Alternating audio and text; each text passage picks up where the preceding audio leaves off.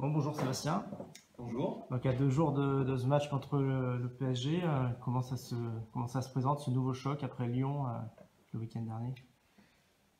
Ça se présente de manière, on va dire, un petit peu plus optimiste que ce qu'on peut avoir l'habitude de faire contre Lyon. Maintenant, on sait que c'est une rencontre qui est extrêmement compliquée.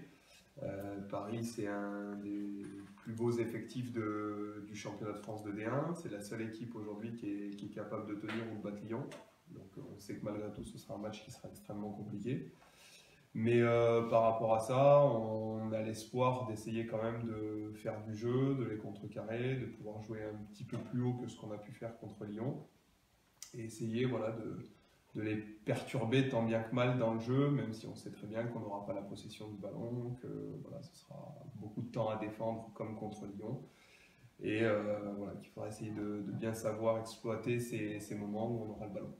Ouais, tu disais avant le match de Lyon que contre Paris, Montpellier, c'était plus facile de mettre en place son projet de jeu, alors que contre Lyon, c'est quasiment impossible. Oui, alors plus facile, c'est un grand mot. On va dire que c'est plus jouable quand on a effectivement la possibilité d'avoir des séquences de possession de balle ou de mise en place de certaines situations offensives qui sont un petit peu plus propices à faire du jeu que contre Lyon où on n'a absolument pas le ballon et que athlétiquement il y a aussi trop d'écart pour pouvoir lutter dans ces phases de possession de balle. Contre Paris, ça reste très très compliqué malgré tout. Mais on a cette volonté en tout cas de vouloir jouer un peu plus et d'être un petit peu plus ambitieux dans le jeu. Comment tu vois leur début de saison avec un premier match un peu surprenant, ils ont gagné 15-0 contre Fleury, et derrière ils battent le Paris FC 5-1. On sait que les premiers matchs de la saison, c'est toujours des matchs des fois qui sont un peu surprenants. L'année dernière, on en avait eu, je dirais, l'expérience de notre côté positive où on avait pu aller faire ce match nul à un but partout qu'on n'aurait peut-être pas obtenu à la deuxième ou troisième journée.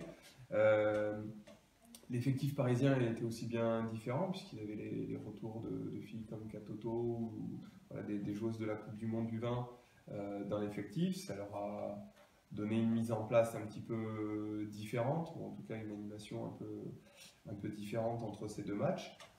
Mais sur la première journée, Dijon, c'est une équipe qui a aussi très bien recruté, qui est intelligente dans ce qu'elle fait, dans son dispositif tactique, et voilà, qui avait certainement beaucoup de possibilités d'embêter Paris.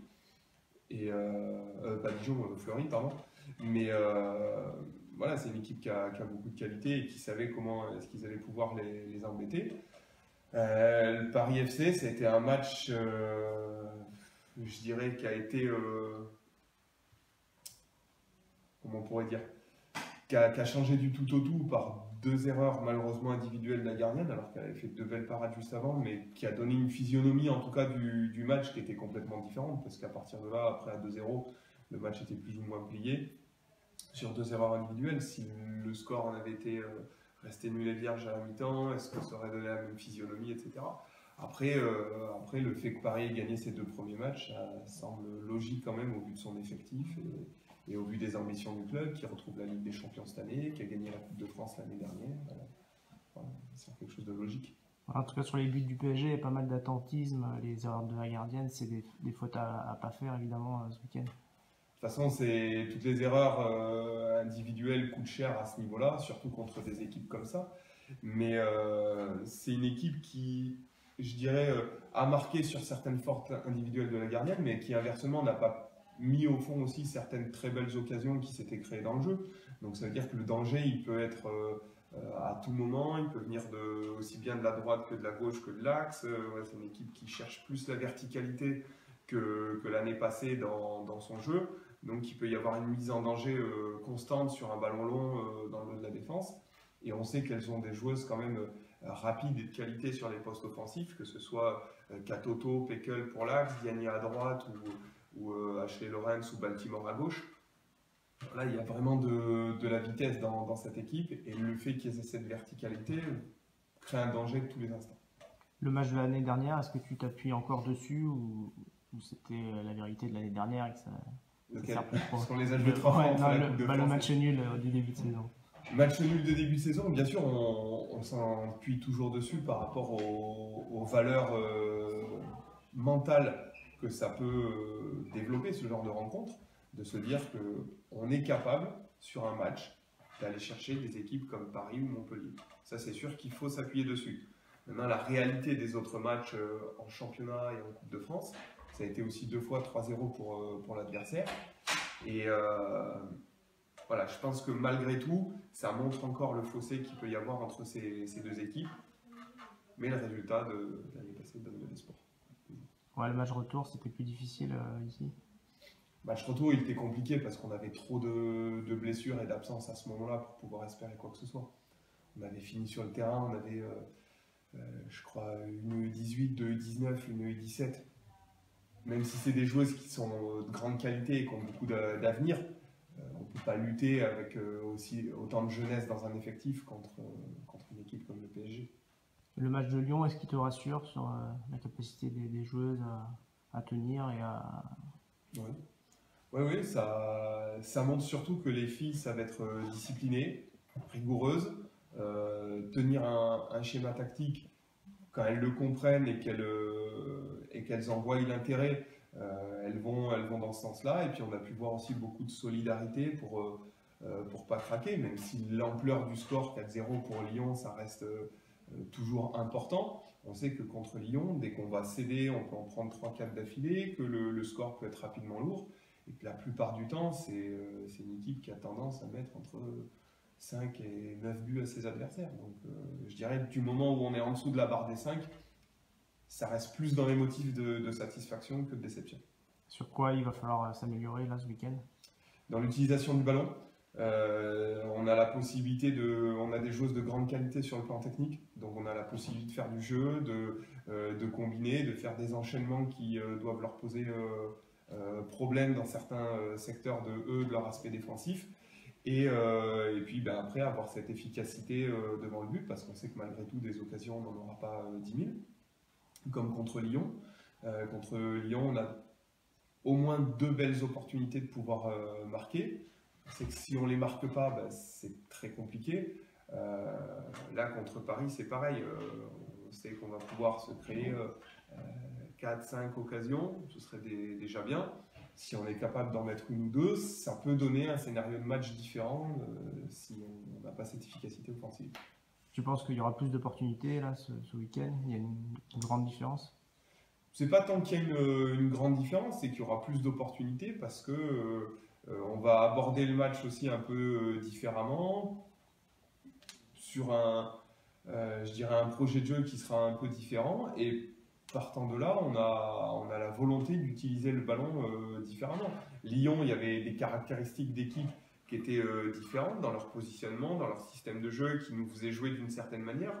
Là, on va jouer d'une manière encore un peu différente, toujours dans l'objectif de se créer des occasions et des opportunités, et pas de rester uniquement derrière.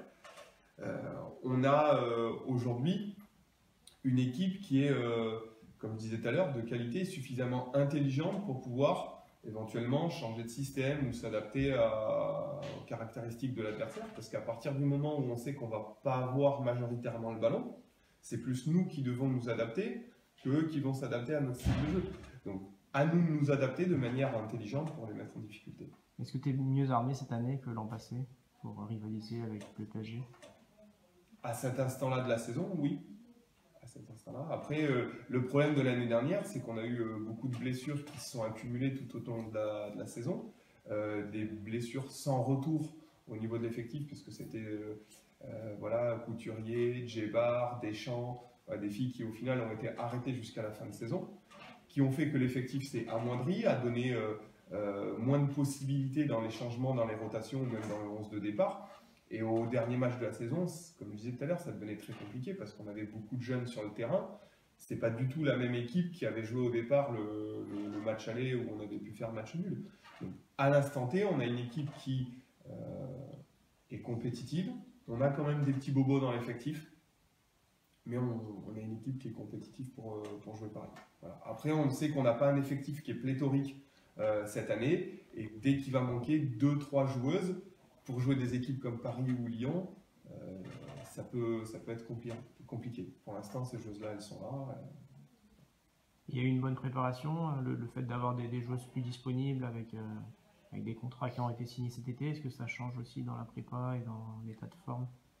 Ça change beaucoup de choses dans le quotidien du travail, parce que ça donne quand même une qualité de travail de pouvoir s'entraîner l'après-midi ou le matin. Ça donne une fraîcheur sur l'aspect physique, parce que y a un temps de récupération qui est quand même beaucoup plus important dans l'aménagement des horaires des filles pour leur vie au quotidien. C'est beaucoup plus facile. Malgré tout, c'est vrai qu'on a une chaleur cette année qui perdure un petit peu là sur le mois de septembre, qui rend les entraînements assez difficiles, parce que les entraînements à 14h30, quand il fait plus de 30 degrés, ça sollicite aussi et ça tire sur les organismes, plus que si on s'entraînait le soir. Maintenant, voilà, le samedi on joue à 14h30, donc il faut être prêt à jouer à cette heure-là. Ça sera au Stade Le Bon, ça te plaît de jouer dans un grand stade là-bas? Ouais. Oui, moi j'aime beaucoup ce stade, parce que déjà le terrain est d'excellente qualité, donc il se prête à faire du jeu. C'est un stade que je trouve adapté au foot féminin en termes de capacité, en termes d'ambiance. Voilà, et c'est bien que ces rencontres se jouent là-bas. Sur le plan des télévisuels, c'est aussi intéressant, parce qu'il y a une qualité d'infrastructure qui permet d'avoir des images aussi qui se prêtent à être un match directeur, comme c'est le cas samedi sur Canal+ Sport. C'est toujours bien de jouer dans ce stade. On aime aussi être ici à Léo-Lagrange, mais sur des matchs comme Paris ou Lyon, ça se prête beaucoup plus là. Tu parlais de la télé, est-ce que tu sens un nouvel engouement là, depuis que Canal+ a repris la D1 sur les 2 premières semaines là, peut-être? Alors visiblement les audiences sont bonnes, donc c'est plutôt positif dans le développement du foot féminin. L'engouement, c'est encore difficile à quantifier après seulement 2 journées, mais on s'aperçoit qu'en tout cas l'aspect communication qui est fait par Canal+ est bien fait, médiatisation, entre les émissions, les reportages, le suivi qui est fait au niveau du match, les comptes rendus, toutes ces choses-là. Ça donne énormément de visibilité au championnat féminin, et ça, je dirais, c'est plutôt positif, parce que ça va permettre justement de développer outre mesure l'image du sport féminin de manière générale, du foot encore plus, et nous, au niveau local de notre club, et développer un aspect supporter, je l'espère en tout cas, plus important. On a beaucoup de spectateurs, ça c'est très bien, mais de pouvoir développer peut-être un côté supporter avec, pourquoi pas, peut-être un jour un COP ou des gens qui vont... Voilà, c'est plutôt positif à ce niveau-là, parce qu'on a besoin de ce soutien du public dans des matchs comme ça. Vous êtes match directeur pour la 2e fois, c'est aussi en fonction de l'adversaire, faut pas se le cacher. Non, c'est clair. Mais c'est quand même bien pour Soyo, en bout de 3 journées, d'avoir 2 fois le match en intégralité sur une chaîne tout à fait, qui est payante, mais qui est quand même assez accessible. Oui, Canal+ Sport aujourd'hui, ça fait partie quasiment du bouquet, donc c'est extrêmement positif par rapport à ça. Et c'est vrai que d'être le match directeur, ça nous permet d'avoir ce suivi et cette visibilité sur la performance de l'équipe de manière générale, parce que je prends l'exemple de Lyon la semaine dernière. On sait très bien que Lyon, ça a tendance à gagner assez facilement ses matchs, à mettre beaucoup de buts, et c'est vrai que si on diffuse uniquement la prise d'antenne sur les buts de Lyon, on va avoir l'impression que Lyon, ils se sont baladés sur notre match, alors que quand on regarde vraiment le match dans sa globalité, on voit quand même qu'elles ont eu des difficultés, qu'on leur a posé des problèmes de jeu, et puis toutes les valeurs de solidarité, de rigueur, de discipline dont je parlais tout à l'heure, dont ont fait preuve les filles sur cette rencontre, dont on ne se rend pas forcément compte s'il y a uniquement des prises d'antenne sur les buts. Pour nous, ça c'est une très bonne chose, et ça permet quand même aussi aux filles de se mettre en évidence au niveau national, parce qu'on a beaucoup de joueuses qui ont énormément de qualité, et de pouvoir les démontrer, parce que malgré tout, à la fin de l'année, il y a une Coupe du Monde, il y a des joueuses chez nous qui sont ambitieuses, qui ont envie de rejoindre cette équipe de France et qui en ont, je pense, la qualité, au moins d'être vus, et cette visibilité leur donne cette possibilité. Ok, Voilà. ouais, merci. Merci à vous.